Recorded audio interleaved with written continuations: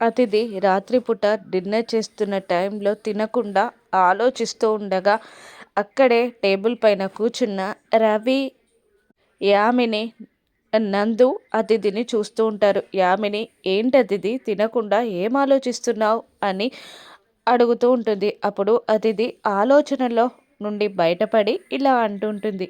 అన్న తమ్ముళ్ళ కలిసి పెరిగిన గౌతమ్ ఇంద్ర కదా, మరి ఇంద్ర చనిపోతే ఆ బాధ ఏమాత్రం లేకుండా అహల్యని ఆ టైంలో గౌతమ్ ఎలా పెళ్లి చేసుకున్నాడు అని అతిథి అడుగుతూ ఉంటుంది యామిని, నందులని. వాళ్ళిద్దరూ కూడా ఆలోచిస్తూ ఉంటారు. రవి కూడా ఆలోచనలో పడిపోతాడు.